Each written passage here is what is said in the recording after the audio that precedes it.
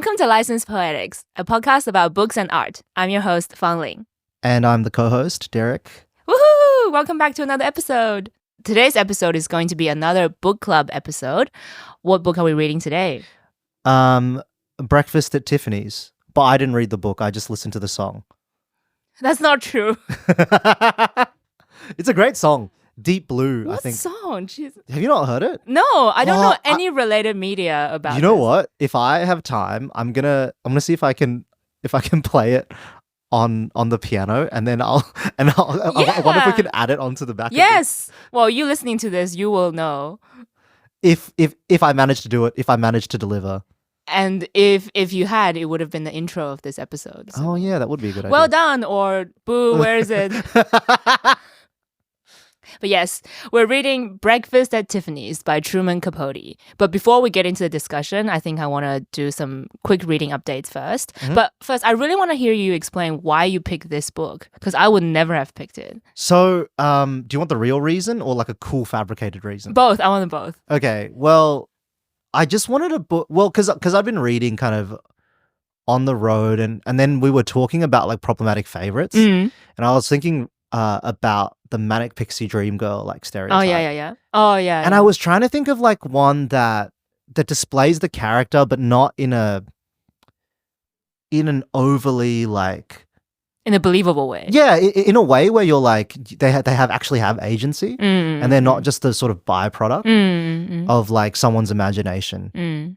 And to be honest, the best example of that I could think of was like okay. Holly Golightly, because I'd seen the movie. You've seen the movie, and yeah. I'd always known that like it was a bit, because the movie's quite Hollywood. That is to say, like it's for consumption, so the character's a bit rounded down. But I'd known that Truman Capote really didn't like the way it was done. Oh, I don't think. Who's the director? Someone can correct me if I'm wrong. Yeah. I'm not too sure. It's like from the 60s. Or no, was it the 60s? Maybe it was before that. I don't know. But someone can correct me if I'm wrong. But basically, as far as I'm aware, like he didn't like it at all. Okay, directed by Blake Edwards, featuring Audrey Hepburn, of course. Yeah, famously Audrey Hepburn, and she was great in it. To be fair, but it was I think the adaptation of it, I didn't quite like. Okay, okay. I love it, but So you picked the book searching for a well-rounded MPDG. Yes, like the idea is that I like that character and I like the trope, but I like you want a more complex version. I wanted a guilt-free version of it.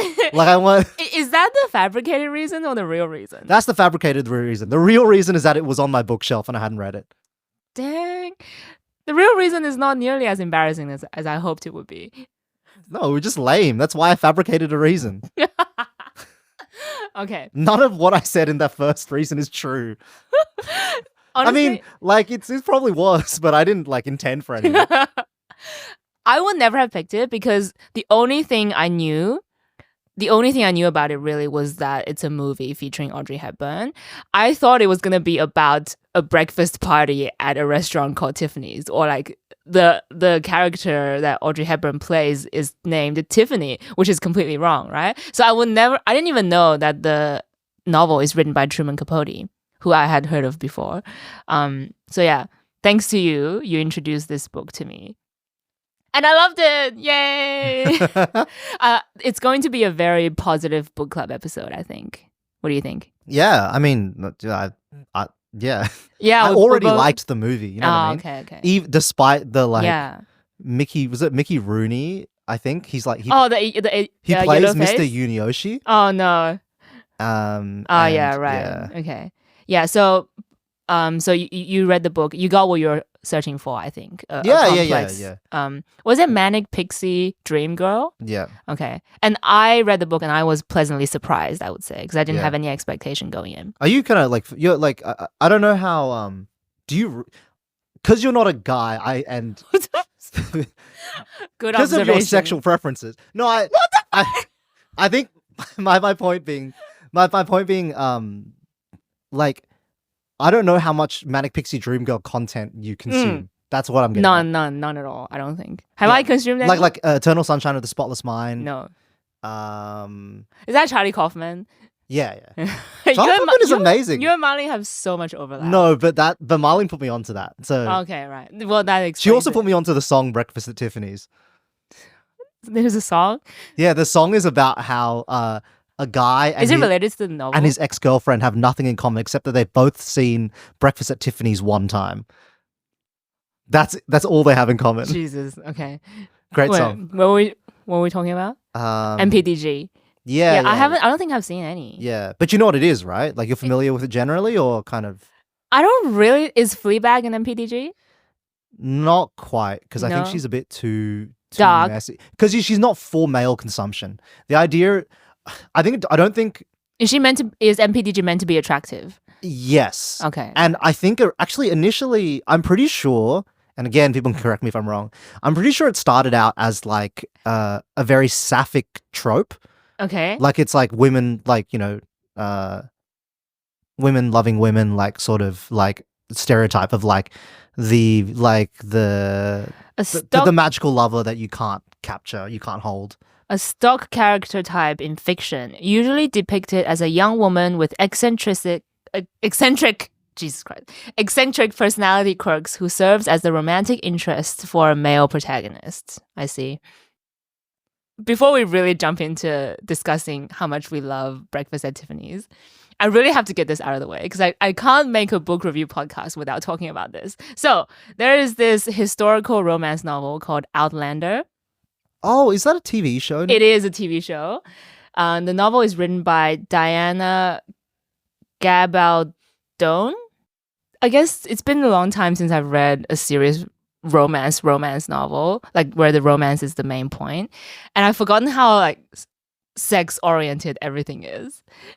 It's a time travel romance, right? So it's about a main character who served as a nurse during World War II, and while on holiday with her husband in Scotland, she time travels back to like the 18th century in Scotland, and she ends up living at this castle in a Scottish clan.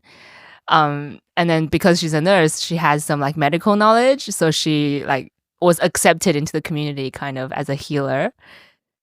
And like just everything is so sex oriented. Like when she travels back, right? She lands immediately in the middle of a battle between the Scots and the English, and then she gets kidnapped by a group of scary Scottish men. And yet all that she can think about is how they have muscular forearms. So is this whole book just about forearms? Is that like kind of the gist? Well, every time. Should I now start going to the gym and just do forearm curls? Like forearms are mentioned many times. Wow. And there's one line in that book that goes, "If I were a horse, I would let him ride me anywhere." I think it's a great line. If someone really if someone funny. said that to you in the club, you'd be like, yeah, that's a great. Oh God. Okay. I feel like I have nothing to follow up on that. I'm ready to talk about Breakfast at Tiffany. Okay.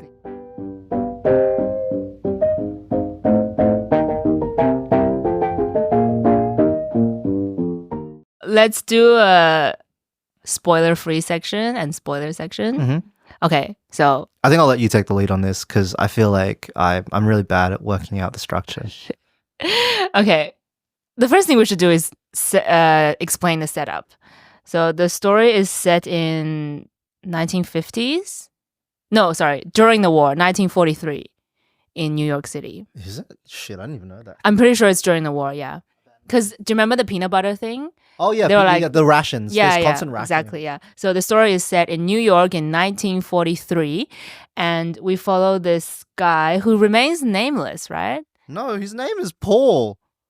What? I didn't know his name. His name is Paul, man. It like. Okay, so this is BFL in editing, and his name is not Paul. In the film starring Audrey Hepburn, the main character's name is Paul, but in the book, he is entirely nameless. So, I was right in your face, Derek. Yeah, it's Paul Varjak. Like Jesus, he's not only has a name, he's got a last name too. Okay, fine. The fact that I don't know his name should tell you that it's written from the first person perspective of Paul. So he is just I in the book. And Yeah, we follow him, and he is a young writer living in an apartment in New York City. And he has this very interesting neighbor, downstairs neighbor. She's a woman, a very young woman, I think 19 years old at the beginning of the story. And her name is Holiday Golightly, or Which is a Holly Golightly. Great name. Great name. I love, just to cut in, I Yeah. fucking love when you've got like characters with great names that are kind of silly. And then you've got like a serious Paul. story around them. Paul. I don't even know his name is Paul. Yeah, I could have told you his name was Paul Atreides, and you'd be like, so Dune was based off the Lisan Al Gaib. Yeah, so Holly Golightly. The book is written by Truman Capote, by the way, and then Holly Golightly is often said to be Truman Capote's most iconic literary creation. Okay, so Miss Holly Golightly always has a string of very curious visitors to her apartment. They're almost always older rich men, right? And then we later find out that Holly seems to be an aspiring actress, and then some of the men around her are like film agents or writers or people in the entertainment industry. She's just a socialite. I don't really know what socialite means. That's why I didn't use that word. Okay, so a socialite is basically just someone who hangs around like the high lifers, like actors, actresses, royalty, aristocrats, politicians. Do they still exist today? Yeah, like you could argue before, like Kim Kardashian, right? Is it Famous for socialite? being famous. Yeah. That famous for being famous, kind of like Okay. a bit cafe society, a bit like, yeah, just people who either sleep their way or marry their way up, or like their job is to Know everybody. know everybody and be a part of that. Okay. You know what? It's basically it's like The Great Gatsby a little bit. I think there's like two parts of her character. Mm. One part is she's a socialite. Mm. The other part is she gets paid almost to be like a socialite. She's like paid to be fun and cheerful and present like, Yeah, like that's one to thing. be like a hostess basically. Yeah. Like if people are familiar with that Yeah. sort of trope. So It's much more of it's a Japanese thing in particular. I don't know if it's a thing in like China at all. Hey, it's me again. So here, Derek is correct. According to Truman Capote himself, Holly Golightly is an American geisha. And this is a great point to bring up because I think if you're looking to read a female character who is very complex and nuanced and presented with a lot of empathy, definitely read this book because Holly Golightly is a very complex female character. Yeah, she's a socialite. Is the word socialite used in the book though? I don't know if it's actually. I Yeah. never noticed if it's used Maybe, in the book. yeah. But she definitely is a socialite. Like, Yeah, she definitely is one, yeah. I guess in my way of thinking, it'd be like it's a story about a guy who lives like a struggling writer in New York, finding basically his muse in this young woman who lives this strange half in, half out, like nocturnal existence. And she's like captivating and strange and weird. And he somehow like worms his way into her life. Into her heart too. He earns her trust, I think. Yeah. And they effectively become friends. And it's basically about how difficult it is to be friends with people who are too dreamy. Yeah, I mean, a bit dreamy, untethered. Yeah, untethered, dreamy, and like wanting to leave, wanting to go somewhere else. That's definitely a huge part of who Holly Golightly is. Yeah, I think that's a great summary. I don't think that gives away anything. Characters, and you get to meet all these weird characters. I think it's almost a love letter to New York. It feels very much like that. Like the city's presence is quite obvious. Yeah.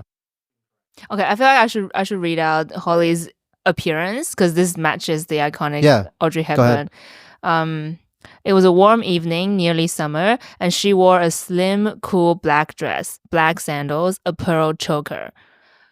A pair of dark glasses blotted out her eyes. It was a face beyond childhood, yet this side of belonging to a woman. I thought her anywhere between 16 and 30, and as it turns out, she was shy 2 months of her 19th birthday. Yeah, that's the first time that Paul saw her. Yeah, and she presents as this very like put together, kind of elegant, but kind of like roguish person. Yeah. And roguish. then over the course of him becoming friends with her, he sees how loose she is. Like you see that in like the movie as well, but like she finds out that like later on that her apartment is a fucking mess. And Yeah. she lives like a slop, basically. Yeah, and then there's all these suitcases on the floor as if she's always ready to go. leave. She's always at ready any to go. moment, right? Like once she finds out where she wants to go, she's going next. Yeah. And then you find out her history and like where she came from. Okay, I think we should talk about the coming through the window incident because that's in the beginning. Oh my God. I just want to say how much of a writer's story this is. It's so self-indulgent. I know, but I kind of love it. Well, of course we love it, but like it's such a young writer's fantasy, you know, like, you know, when you're working in your room alone at 4 a.m. and you're lonely, and then this sexy, mysterious girl literally climbs in through your window to talk to you and get friendly with you. You know, that's the one thing. Initially, she does seem to trust him a little too much for no reason, but I think that's the leap that the young writer's fantasy would take, right? Like we just accept. I don't feel like I don't think that that's fantastical at all, right? Because because later on it becomes very clear that that's like that's not trust. That's just someone who's savvy at navigating the world, like knowing exactly what she can and can't do. Like that becomes a thing where it's like she was always in control the whole time. The image of vulnerability and blah blah. That becomes like yeah, I guess, but yeah. So yeah, so she comes in through the window, and she's like, "I want to hear the short story that you wrote." Except she doesn't really want to hear the short story that he wrote. She knows that that's what he wants, and then so she says that, and then she listens. And she couldn't give two shits about it. God, when I was reading that, I was just like, "Damn, I see what you're doing, Truman." Because I was thinking the whole time, I was like, I can imagine all the ego and the shame and the excitement of being like a writer, like that really pops off the page. Oh, this line. Very few authors, especially the unpublished, can resist an invitation to read aloud. Yeah, that was a real call out. So called out. Like I did not need especially to be the called unpublished out was really oh, funny. Fuck. I love that the characters are so like eccentric and idiosyncratic and like they're so charactery. It's really fun. Like, oh, girl climbs in through window. Like, yeah, it's like the only normal person in the world is Paul. Everyone else is weird. Yes. So again, it's that writer perspective, you know? It's like he's the reasonable one. Yeah. And that's how like, you know, writers have like a thing where I'm sure they like sit back a little bit and there were a couple of things I really loved. And like when I started there was like a page where she says like, I think a page 24 or something on my copy. It was like, I started to really identify with Holly because there's a bit where they start talking about how I think it's an observation made by Paul, the main character, that people who are intrusive don't like to be pinned down to specifics. And like she starts rubbing, you know that thing where she does where she like rubs her nose? I don't know if okay. So there's this thing that she does when I think Paul starts asking her questions. She starts like very direct. So she asks a lot of questions about his life, and then as soon as he asks her a question, it's really direct. Deflects, She like rubs her nose and starts to deflect. Right. Yeah. And it's like a recurring thing. Like anytime that happens, she starts rubbing her nose, and it's just this thing about people who want to know about other people kind of get very uncomfortable when they're asked to pin down something about themselves. Yeah. And I was like, I really felt that. Like I was like, I remember like in my old workplace, like I used to do this thing where I'd talk to everybody and try and like find out of them. I was just like getting to know them, right? Yeah. But I was really nosy. And then once one of them cornered me in my like office and was like, how come you always ask us questions? How come never like, is it because you're afraid? Do you use your humor as a mask? It just really like got after me and I was like, oh shit, I don't know what to do now. Oh. But yeah, like that was, there's a lot of really great observations that. Yeah, so many great observations. Maybe that's what makes a piece of writing just engaging. You know, you got to sneak in I think the observations have to be, honestly, and what I noticed about these observations that they last like a page or like a line or two, no more. Yeah, yeah, exactly. Because it gets They're like really sparks, not because not first like of all, the longer it gets, the easier it is to pick holes in it, yeah. You don't want that. and you don't you want want that. it to, Just and like a spark. yeah, and because it's from the perspective of a character, you get to be kind of like, well, they would see it this way. Oh, there was one observation. Do you remember one? I really want to mention it. He's like, I had this observation that was so profound that I shocked myself. Which one was the observation? Wait. I don't remember. I'll find it. I vaguely remember reading that. It's when Holly's in the library, when he's also in. And he's talking about the two girls. Yeah. He compares the her two to girls. Yeah. is it Midge or someone? What's her name? Yeah, so basically a girl who always sticks to the rules and a girl who never sticks to the rules, right? And he's like, oh, the only thing that these two girls have in common is that they will always remain the way they are. The girl that sticks to the rules will always stick to the rules, and the girl who never follows the rules, like Holly, is gonna remain Holly forever. Yeah. And it's you know what it is? It's like it's something that would matter to a writer and to no one else. Like, it doesn't mean anything. It's something that Salinger would have written. Like, it's that same sort of like... Yeah. But I like how he subverts it at the end, where it goes, oh, I'm so shocked by this observation that I completely forgot where I was. So like, I like how he pokes fun at himself that way. And like what you said earlier, which is spot on, is that he doesn't drag it out too long. He doesn't set up the whole story to prove his point. He just lets that fun little thought hang in there, and then he just moves on, which is really cool. I feel like we should get into the slightly problematic stuff. Not slightly, just straight up problematic, questionable stuff, right? Like, on the one hand, I think Truman Capote describes characters with such just like uncanny precision. I enjoy the way he describes everyone. And I feel like they're just so three-dimensional just from the few lines that he uses to describe them. But yeah, definitely a lot of depicting of Asians, of Africans. That honestly, I thought Mr. Yunioshi doesn't get like a really bad... Like, he comes out pretty unscathed.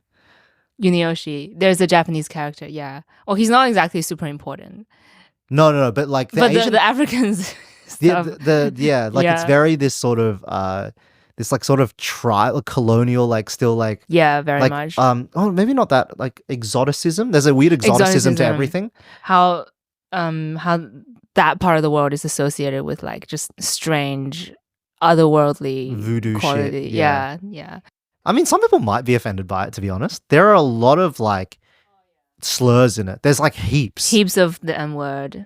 Like homophobic slurs. Like, look, I'm sure if I was in one of the offended groups, I would feel much more offended about it. But it seems it's not like the characters have this really strong view of what's right and wrong. No, all you're that right. Like Holly cares about is being free. Exactly. And then say in terms of misogyny, right? Like, she certainly does use her sexuality and her body to get what she wants. But that's just is like that misogyny? That's just being a woman. Yeah, that's in just the 30s. Being a woman. 40s. 40s, yeah. Wait, so who do we recommend this book to? I think anyone. Anyone, really? Like, I think it's a really great book. Yeah. It's just such beautiful writing. It's really good writing. It's really sensitive, but it's so not. Smart. But it's not sappy. Like, it's not like corny. You're right. It's not. It has a romantic air. It feels a bit like, it's like romantic without being a romance. I liked it a lot more. I like her character a lot more than in the movie, even though like the movie was like really entertaining. The spirit of the film is very different. It's much more about love. It's a Manic Pixie Dream Girl like story, right? Like, I can think of like off the top of my head like 5, 6 like movies or books or whatever that will have that same sort of like... Ocean Waves has a version of it. Like, you can go to anything. There's so many versions of this story, but this one's really good. Yeah, definitely read this if you want to just have some great writing. Now we're moving on to the spoiler section. Even though this is such a short book, it's jam-packed with action and symbolism. If you have read it, I would love to know how you interpret this story. And if you haven't read it, would you consider picking it up? Please leave a comment on Spotify to let us know. Basically, yeah. So the events kind of are like, girl climbs in through the writer's window They strike up a kind of non-relationship, but then they keep bouncing into each other because they live in the same place. He eventually gets invited to a party of hers where he meets all of these crazy characters. So the notable ones are like O.J. Berman, who used to be Holly's Hollywood agent. Yep. Rusty Trawler. Rusty Trawler is this businessman who was sexually abused as a child, and as a result, never grew out of his infantile very Freudian sort of thing. Manners. Oh yeah, we should mention that it's from O.J. Berman that we found out that Holly has this tendency to just fly, right? Because she walked out on an acting project, and you also don't know where she's from. Like exactly. So the whole thing is that like her past is shrouded in mystery. Like very mysterious. Like when O.J. first met her, she apparently had this hillbilly accent, and then he was like, "Oh, I couldn't tell where she's from." But then she's carefully crafted her new English accent and like learned French as well or something. And later she tries to learn Portuguese. Yeah, it's very obviously about like abandoning an old identity to become someone else and then use that to get away in the world.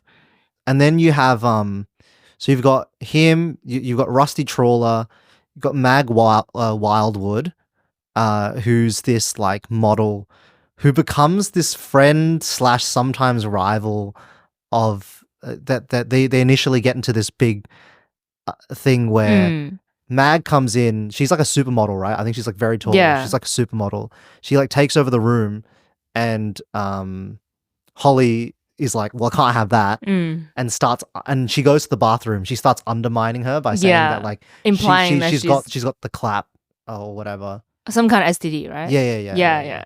That was mean. Yeah, Holly's so terrible. Mean. But she's entirely random. That's kind of the point, right? Because later on, she then like lets her stay with her. Is she random though? I feel like she predictably does the unexpected thing. She just does whatever she wants. The idea is that she does whatever she wants, right? Yeah. Like she's not held back by like social expectations or whatever. And then, Joe Bell, the guy from the bar. Oh yeah, I love Joe. I love Joe as well. Joe. He's such a puppy-like loyal figure. He reminds me of. Oh well, you haven't read any Murakami, but there's like the bartender Jay from like his debut books. Like he's that classic bartender character, like a gruff kind of like, "Oh, you guys," but like he's like he loves them. Yeah, and then it's this concept. Oh, we nearly forgot the Brazilian guy. Yeah. The handsome Brazilian guy. He's like some government official or something. What's his name again? Oh, I don't even remember. Like I think he's mostly referred to as the Brazilian. Yeah. With a weird accent. But he becomes a great character as well. And you see all these little like dynamics play out. Yeah. And a lot of the instability. I think one of the things that I thought about the whole time was like, how much of this craziness is her fault and how much of it is like she's just pulling in crazy people? Because that very much feels what it's like to read the book. It's a really good setup, to be honest. Like all the eccentric, crazy characters around her only work to emphasize her, what's special about her. Yeah, that's genius, really. And I think it's Truman Capote's writing 100%. Like the weird characters, instead of distracting us from Holly, only works in her favor. I think it's because she's so fluid and she can you never feel like she's not in control of the story. Like she has it's so why the much. story is oriented towards her. Right? Well, she has so much power in the way that she's like portrayed, right? Yeah, in the way she's portrayed. Yeah. One thing that Miss Golightly definitely does is that she uses her femininity as power over men. Yeah, and women and everyone, really. Yeah, because you see that like where she like fully manipulates Mag Wildwood. Yeah. That's Mag Wildwood is such a great character as well. I had a huge question, which is like, what does it mean when Miss Golightly keeps saying that they give me money for the powder room? I think. What does that mean? I think initially the implication is sex. Really? Yeah. So initially the implication is that she's like a call girl, and then later it's cleared up, and she basically says, "Actually, like I've only slept with like 11 men or whatever."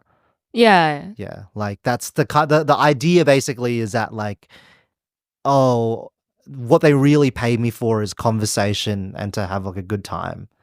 But like, is that what they called it? A trip to the powder room?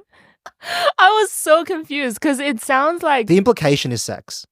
right. The, Okay. the, That implica- makes sense that the implication is that would initially someone sex. would pay her money. Yeah, but then the reality is that she manages to back her way out of it. Mm. Oh my god! And also, is it because the reason psychologists are called shrinks is because they used to be called head shrinker? Something like that. Jesus, I had no idea. I learned that from the book. Oh my god, there's such sweetness in the way that Paul writes about Holly. Like I think Paul inserts himself just in very brief moments. Like for example, when he talks about he found a job but then he lost it. Like it's only those He little doesn't tiny give a fuck. exactly. He doesn't give a shit. The story is all about his view of her. The painter's presence in the story is very subtle, I would say. Also, you know what I love is Holly's little like comments that she makes about Paul that are like Oh, unerringly correct. yeah. Like, and so there's like a line where she says about Paul, Mm. because I think like she's chatting to Mag, because Mag's like knitting a sweater for the Brazilian guy. Mm. They're sitting on the balcony. So like Holly does this thing where she sits on the balcony and she plays Guitar, yeah. in this, and she sings this very like prairie like Just Mid- wanting to Midwest- go away. About wanting to yeah. go away. yeah like Midwestern style song, and she like basically she's like talking to Mag, and Mag is like refers to Paul as stupid, and she goes, I think she basically says yearning, not stupid. He wants awfully to be on the inside staring out. And I thought about that and I was like, that's exactly true, right? Because that's what he does over the course of the thing. He goes from being this like writing observer to being this guy that's being like absorbed into it. he becomes one of those friends. Yeah, exactly, yeah. Paul really wanted to get closer to Holly, but then she wasn't contacting him, and then Paul was like, "Oh, I missed that. A disquieting loneliness came into my life, and it induced no hunger for friends of longer acquaintance. They seemed now like a salt-free, sugarless diet." I'm like, is that when you begin that obsession with someone, everything else seems colorless in comparison? It's right? just if you've ever ouch. if you've ever been, I think, like Oh god. attracted to someone because they were strange, that's kind of what happened. Yeah. Like you're just like, what? Like now everything is pointless. Yeah. People all all of the characters are relatively intelligent and they all make relatively good assessments about each other while being horrific, just like doing the stupidest shit. I also love that for some reason, sometimes she talks like she's like a 1930s detective in a noir film. Like there are moments where she's like she's got this great line that's like, "Never love a wild thing, Mr. Bell." You know that? Remember that? Like, oh, I love that line. It's better to look at the sky than live there. Just a country where the thunder goes and things disappear. And I was like, oh, that's so hard-boiled. I think I highlighted that exact line. It's a beautiful line. Never love a wild thing. Mr. Oh, Bell. ouch. Oh.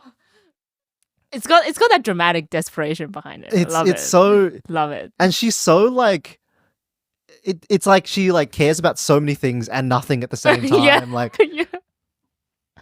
and that sort of like ridiculous infectiousness catches on to Paul. Because Paul starts out being this very like, you know, observerly character, and then he starts getting, and he's quite emotionless, but he starts getting angry really and happy attached, yeah. and like sad and like all this stuff. Should we explain the title? Why is it called Breakfast at Tiffany's? You can explain if you like. The first time it's mentioned is where Holly is trying to describe what she wants, right? So Paul asks her, how come you bailed on that acting job? She's like, well, I want to still be me when I wake up one fine morning and have breakfast at Tiffany's. Tiffany's is the jewelry shop, store, right? Yeah. To be honest, I don't really, I can't really pin down what do I make of the title. No. I think all it means is like she like wants somewhere that she feels like She she can be belongs. herself. Yeah, she belongs. Belongs. But it's not like a place that's kind of it's just Real. safe.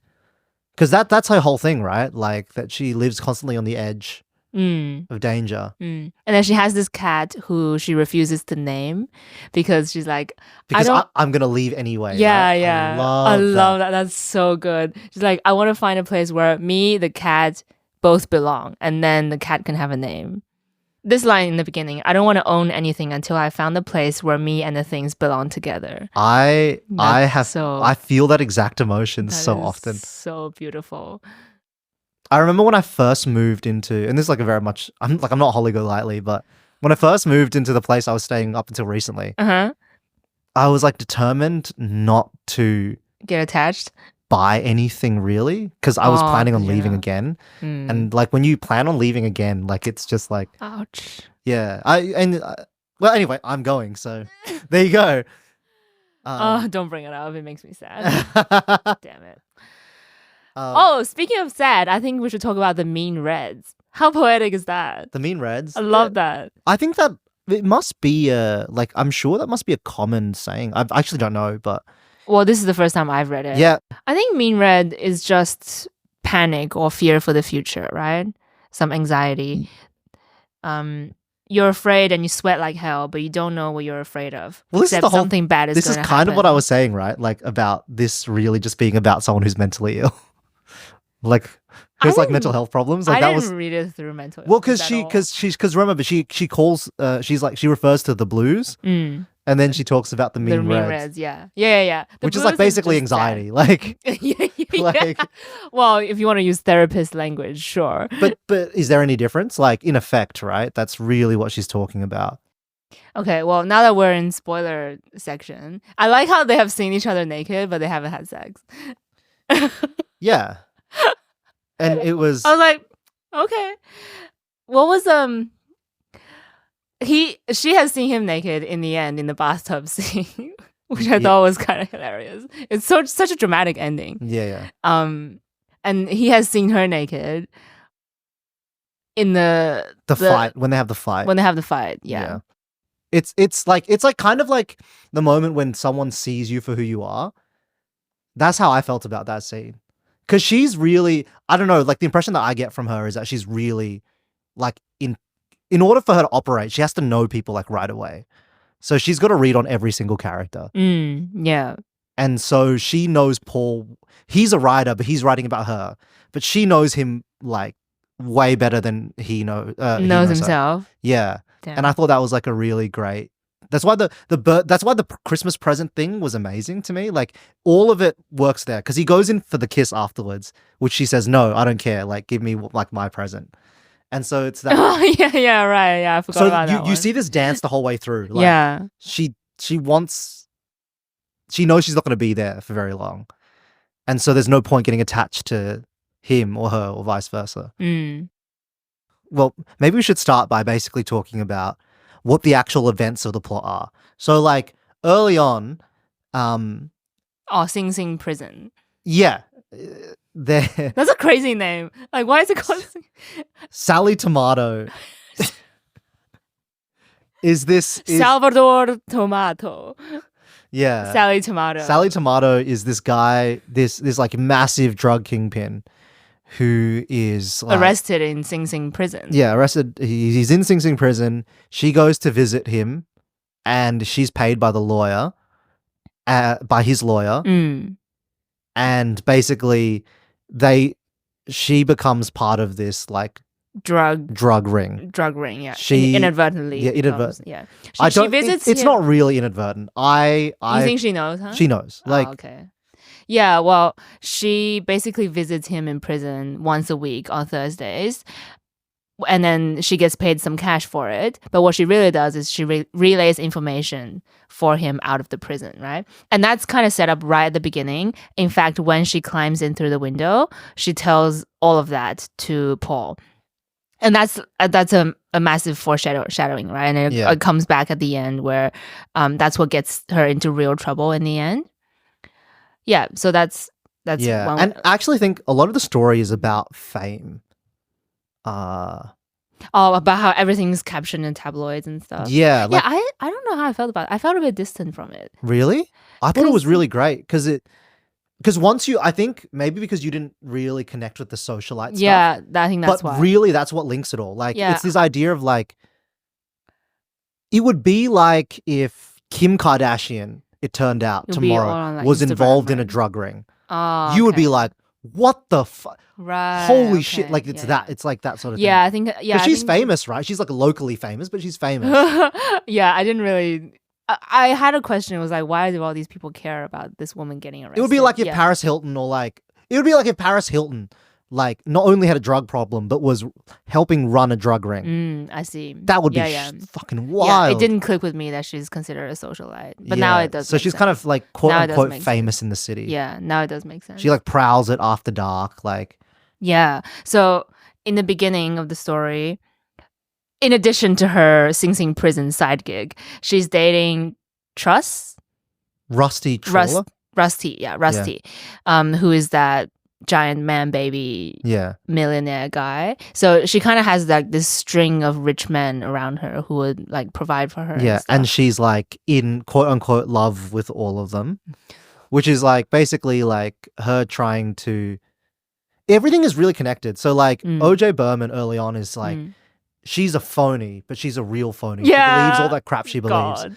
And so Yeah. that links to her like consistency of character. Because then she's like, well, you know, you should love a man if you're going to use him, basically. Oh, she said you should at least try to believe that That you're in love with him. And there's all these great things. And then like the question is, you know, like does that, and that kind of applies to all of the people.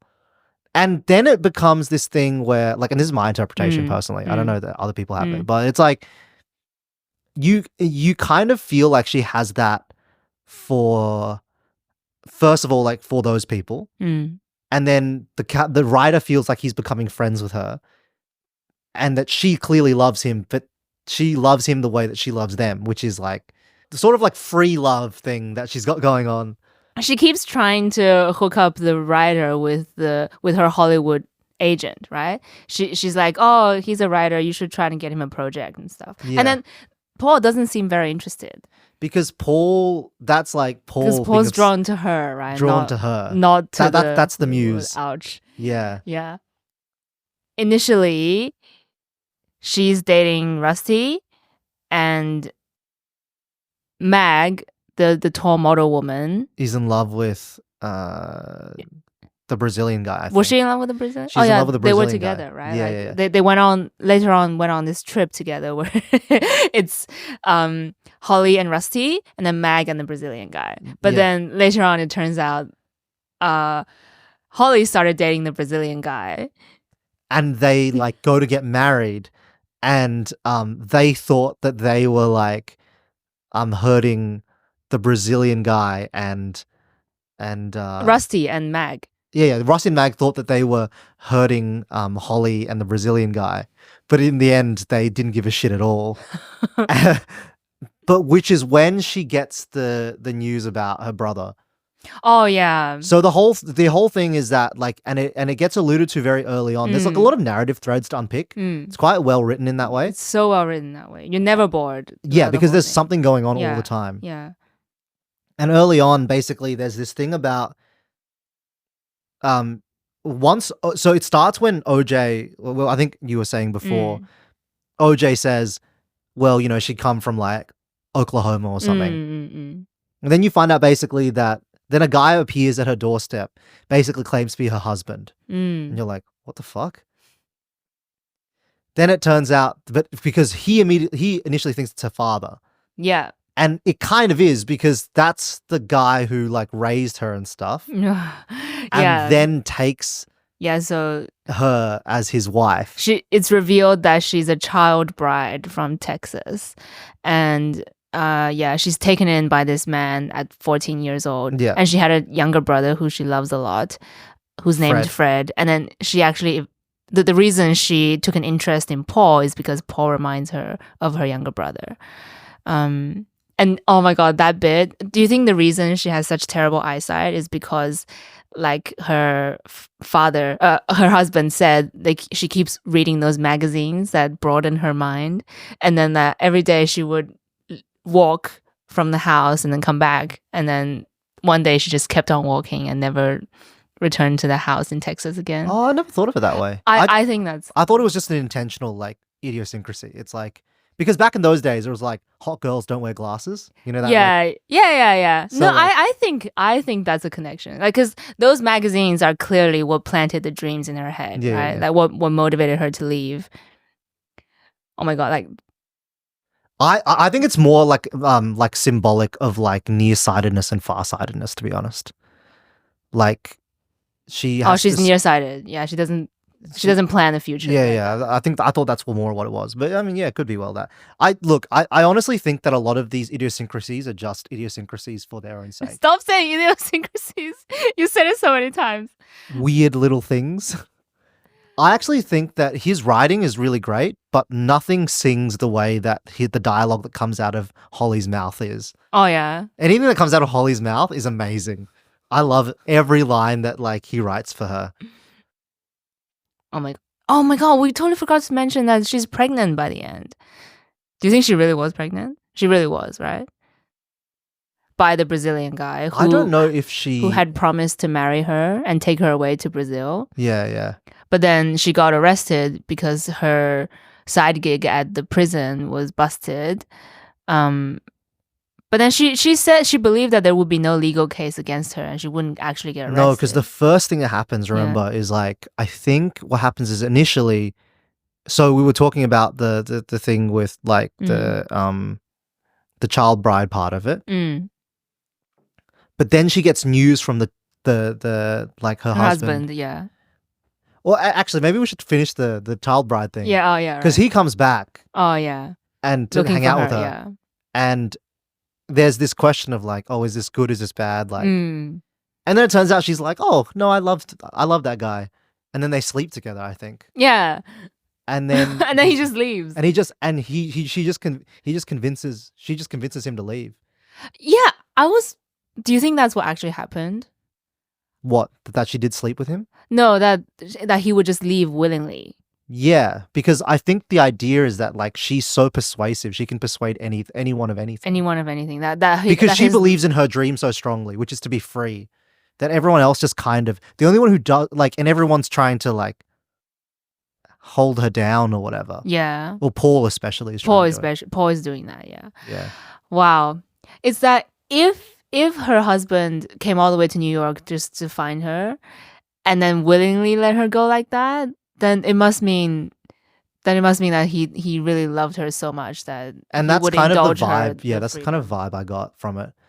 And That's certainly how the barman felt. yeah. And then she sends, and then she receives a letter about like Fred dying in the war. Mm. And then that like totally, that like she loses it then, right? She starts smashing shit. She's like, Yeah. but basically what happens is that she's fully she loses her shit because she's been like, because he's dead. Mm. That leads to her like hurting herself, this whole thing. Mm. And so the Brazilian guy just fucks off, even though she's pregnant at this point, right? Wait, the Brazilian guy fucked off 'Cause remember she he was leaves- pregnant. Because he leaves. No, but it's because her That's her right. drug was busted. That's right. Sorry, the Brazilian guy goes, I can't be here. Anyway, this was all because she was upset or something at this thing. Mm. And because he was basically like, he didn't want to get involved in a scandal. So they foreshadow the bit where he leaves. Because if anything bigger happens, then he's going to leave. Oh yeah. Yeah. So in the end, the Brazilian guy leaves, but she still has a perfectly valid plane ticket. Yeah. And then Paul was like, "Don't go. Like you have to deal with the legal mess." And then she's like, "They don't have a case. I'm gonna leave, and I'm gonna go by myself to Brazil and find a new life there, right? Yeah. And then find new rich men there, Yeah. really, to support her life." And then she ends up and- finding a way. And then, oh my God, I love that moment in the end where the barman, Joe, was like, like they thought he had called the police, but turns out he called 2 Cadillacs to pick them up and send her to the airport. And then she has that moment with the The cat. Oh, that was so heartbreaking.